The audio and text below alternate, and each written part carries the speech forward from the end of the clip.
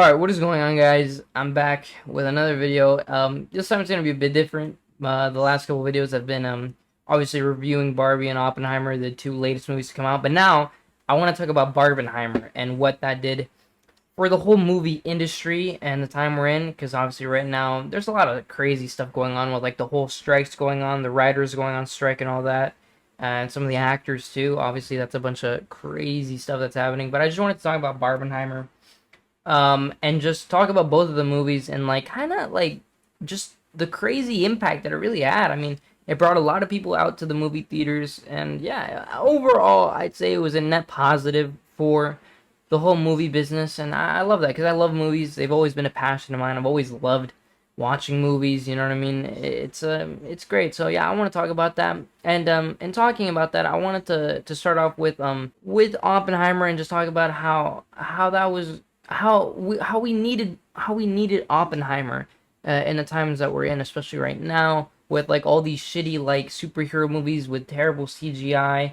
A lot of them coming from Marvel, to be honest. A lot of Marvel's like the majority of Marvel stuff recently has not been good. Ever since No Way Home, it just hasn't been the same. The last good movie that they had recently was Guardians 3, and that was a really good movie. But I mean, the majority of them, besides Guardians 3, have just been terrible. And Oppenheimer is literally the complete opposite of all those movies. It takes real life history and it just makes it into an amazing thriller with an with an amazing score, amazing acting, camera work is amazing, the writing, the dialogue, everything. And what I love is that it really, it sort of it really goes back to the roots of movie making, right? No, like Christopher Nolan is famous for no CGI and like none of that. You know what I mean? A lot of his stuff is like almost all. I mean, yeah, all of it is pretty much practical. You know what I mean? With sets and all that, and stuff like that. And I really appreciate that because you know everything you're seeing in front of the camera is real for the most part. Like none of it is on a blue screen or a green screen. It's all real, and it adds sort of this sensation of like you're in it. Like when you're watching like a superhero like the Flash, okay, well, most of this shit is just CGI, right? But when you're watching a Christopher Nolan movie or a Quentin Tarantino movie, it adds sort of another depth of realism to it when you know everything you're watching is practical.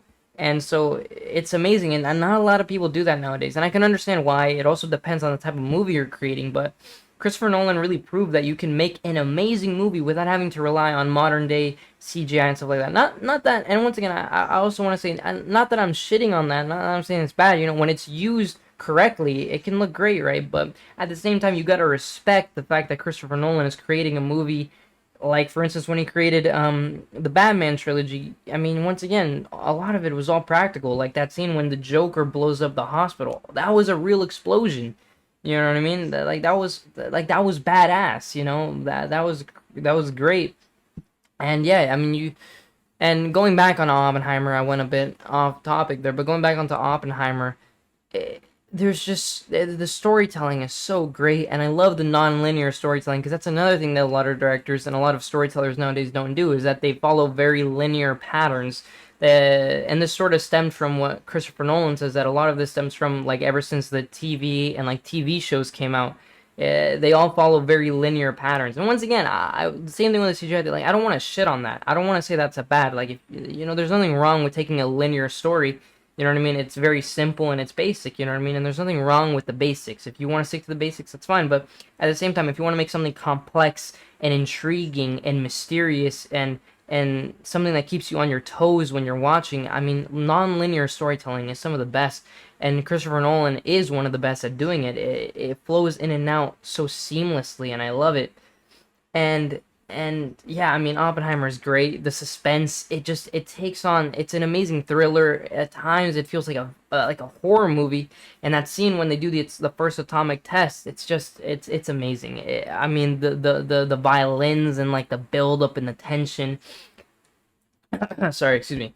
There's nothing like it. It's very unique. And what I love is that this is a real life story. Like, you could probably look up most of what happened in the movie, because it's in history. It's in history books, so you could see it. But like, what I love is that Christopher Nolan reimagined it in a unique way, but at the same time, it's something that happened that like if you read American Prometheus, or if you know about the history like I do, you know a lot of what's gonna happen. But like I said, he reimagined it in a very unique way, and I love that. It was great. So Oppenheimer, an amazing movie. Like I've said before, watch it. It's part of movie history, to be honest. It's already cemented itself in that, because it takes on so many new challenges with the black and white scenes and the subjective and the objective point of views that the movie takes. So amazing movie. Please go watch it. Barbie, on the other hand, I've said my opinions about it. I don't want to rant for like 20 minutes. It's it's not good, but at the same time, you gotta give it credit because, I mean, you can't, I don't even know, you can't give it credit, but at the same time, I'm only giving it credit because of it, it really brought out a lot of people to the movie theaters, and in turn, it made a lot of people watch Oppenheimer too, and make a double feature with Oppenheimer and Barbie. So, in turn, yeah, the movie's shit, but at the same time, at least it brought people out to the movie theaters to watch Barbie, but to also watch a masterpiece in Oppenheimer. So that was really good. But it's just not a good movie. But I will say this: there's nothing like experiencing a double feature like this. We had Mamma Mia and The Dark Knight, like what, back in like 2008 or something like that. And now we have Barbenheimer with Barbie and Oppenheimer, obviously. And it was a really cool experience seeing both of the movies on opening day. I saw Oppenheimer a bit early on Thursday. It officially released on Friday, but a lot of movie theaters were doing early screenings of it, which I can understand why if people want to watch both of them. But I was able to watch both, pretty much, technically speaking, on opening day. Even though I watched them on different days, one on Thursday, one on Friday. But still, pretty much as early as possible as I could. I watched Oppenheimer first and then Barbie. So it was really fun experiencing doing a double feature like this, because you don't get many double features like this that are of this magnitude, right? Like I said, the last one that we had was Mamma Mia and Dark Knight, which is crazy. The Dark Knight, a masterpiece, and now we have this with Barbenheimer. And at the end of the day, in total, even though Barbie isn't a good movie, and there's many reasons for it not to be a good movie, but at the end of the day, I think Barbenheimer is a net positive, and I suggest you guys watch Oppenheimer, and if you want, go watch Barbie. And the only reason why you'd want to watch Barbie is so that you could see what good movie making is and what bad movie making is, what good storytelling is and what bad storytelling is. But that's going to be the end of the video, guys. I just wanted to talk about Barbenheimer and how overall, I mean, yeah, it was good for the movie business. It brought a lot of people out to the theaters, and that's good to have people in theaters instead of at home just going through Netflix or Disney Plus, you know what I mean, on their phone or on their TV, and actually going to the cinema and watching a movie in person. So, yeah, I hope you guys enjoyed the video. I also want to quickly say I'm going to be going to Mexico the 1st of August, so the content is going to be tough to really put out a lot of videos. What I'm going to do is I'm going to have a lot of pre-recorded videos, so I'm going to be going there for 2 weeks. I'm going to be coming back the 15th, so yeah, it's going to be... I'm going to have a lot of pre-recorded videos up for the first week. I'm going to have like 2, maybe 3 pre-recorded videos for that first week that I'm gone, the first 7 days that I'm gone, and then the next 7 days, the next week, I'm going to have another 2 or 3 videos. I'm going to try and get those pre-recorded, and honestly, the next 3 days, because right now as I'm recording this, it is the 27th, so I have to get those done if I want to keep content consistent for you guys, because we're growing, man. We're getting a good amount of views, and I really want to thank you guys for that, because I couldn't do it without you, so... Thank you. I hope you guys keep watching the content and keep enjoying. So yeah, that's it. I want to keep this video under 10 minutes. It's going on for 9 minutes right now. So yeah, hope you guys enjoyed. We'll see you in the next one. Peace. And how are they canning? They're just, they're canning all over the place. They're canning all over each other.